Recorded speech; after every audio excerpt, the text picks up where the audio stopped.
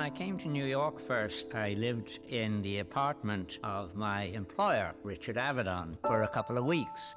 When I got my own apartment down on 13th Street and Avenue B, I had to get to the studio, which was on 58th Street, and the only way was the subway.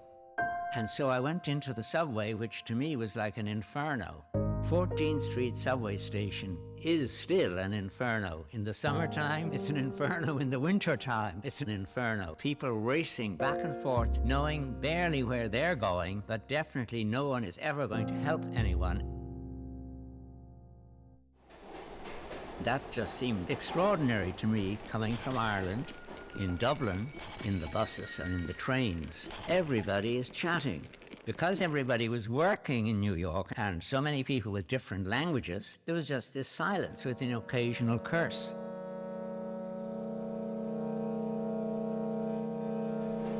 Only in New York would they have metal on metal, clattering and grinding, screaming as it comes into the station. Many people in New York won't ever dream of going to the subway. They think it's a dreadful place. It might as well be full of cannibals as far as they're concerned.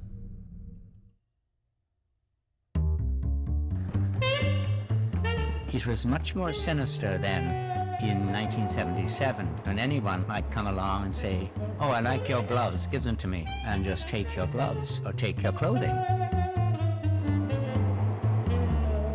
42nd Street and 14th Street have those underground tunnels that are frightening at night time, certain times of day when there's no one there and you don't know what you're going to meet and no escape. You've got to keep going forward. If you've survived it, you have a certain kind of honor about it, that you can survive anywhere.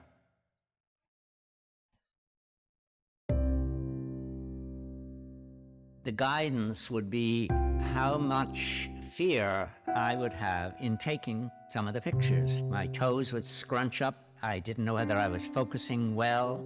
I only went into certain areas at certain times of night, and I only went as far as my courage would go. The subway itself was a kind of inspiration too, because it was the one place where people were captive. They were my captive audience, or they were my captive subject.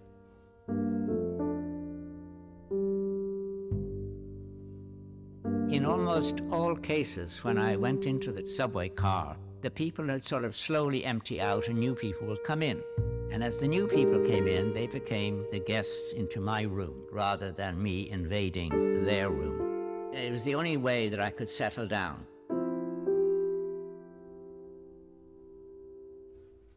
Sometimes I thought to myself, this is really a waste of time. You shouldn't take a camera with you till you're actually wanting to work. On the other side of it is, you should be taking the camera with you always, because you never know when something will materialize.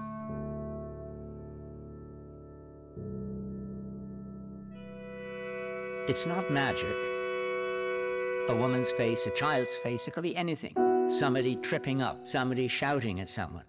Things spark emotional reactions. Essentially, everything I do is an emotional proceeding.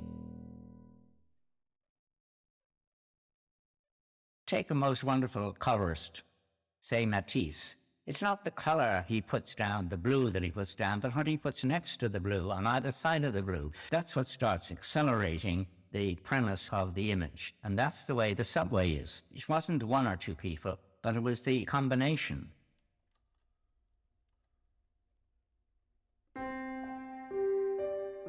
But they are alone, and they're very much alone. That was a captivating aspect of the subway to me. It was intrusive. Taking photographs of somebody in the street or trapped in a train car, and you're coming in there with a camera, the photograph had to become more important that I get this photograph than how uncomfortable I felt in taking the picture and how I was anticipating how they might react.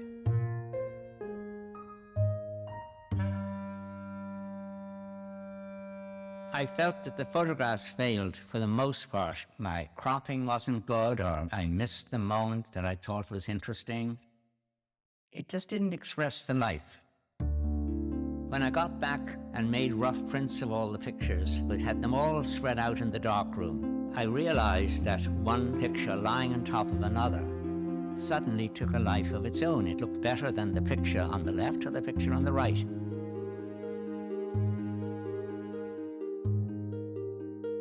And so this began a long and slow process of making these pictures have a reality that I had missed in the single picture.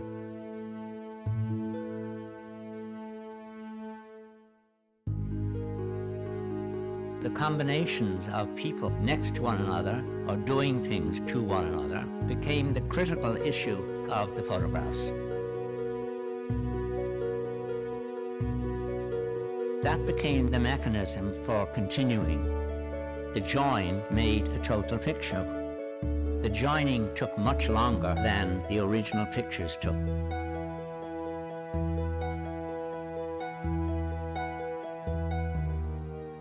As I joined two pictures together, it mirrored much closer to the shape of the train.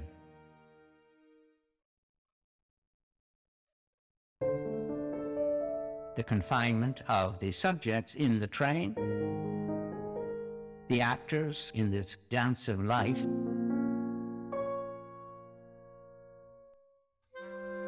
most cases they're fairly invisible, but there's always a link between the left picture and the right picture. Now, it's an emotional link, but there's also a physical link.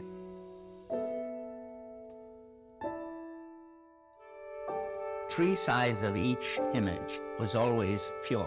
The only thing that would change would be the inner join, push it more to the left or more to the right.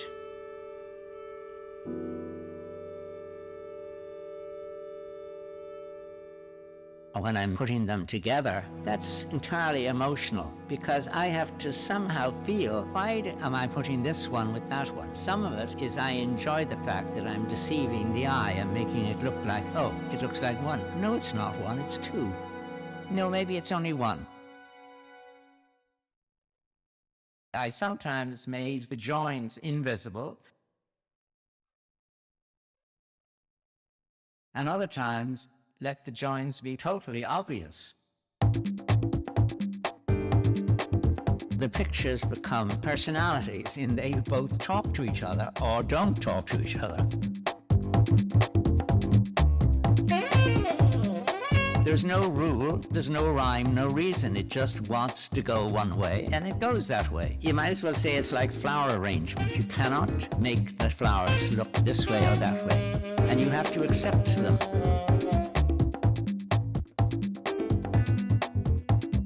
The people in the subway are the actors in a stage play. Now, they're not going to do what you want, but they're there performing the play, and you can dip in and dip out, hopefully safely.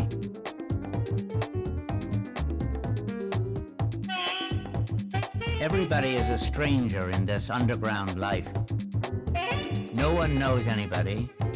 They don't have any connection with each other. Sitting there mute until their station arrives. They are like people from another planet. There were always the misfits in the subway too, the ones that were lost or didn't know what they were doing.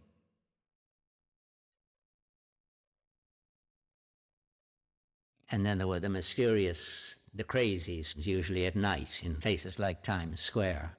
They are people, and they're reduced into these other creatures.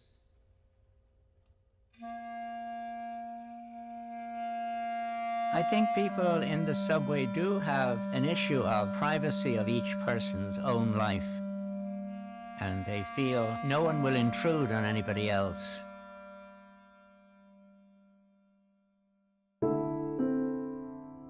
You are thinking about when you get off the train, the meeting you're going to have, what are you going to say, have you forgotten anything? It's your only time of recollection, but it's not a very pleasant time. Everybody in the subway stays in their own cocoon, and yet the subway is designed where you have a row of seats directly in front of another row of seats with people staring straight at each other.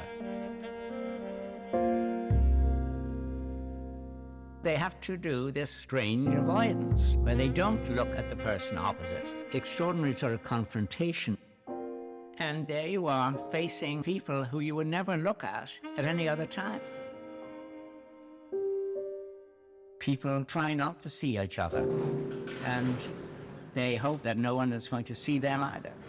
And they remain invisible, as if their spirit was sitting in the car, not themselves.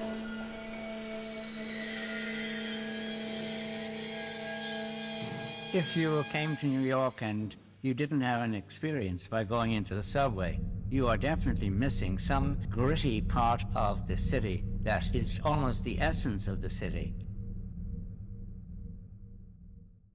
When I had a workshop up in Vermont and those pictures were on the wall, there was great attachment to them by people who had formerly lived in New York. It was like being shown their bedroom. It was something very personal that they felt. An emotional attachment to the subway as some dreadful experience that they lived through. It was somehow warming to look back after 20 years or 10 years of not having ever been in a subway again. They all had a story, and the stories are endless in the subway.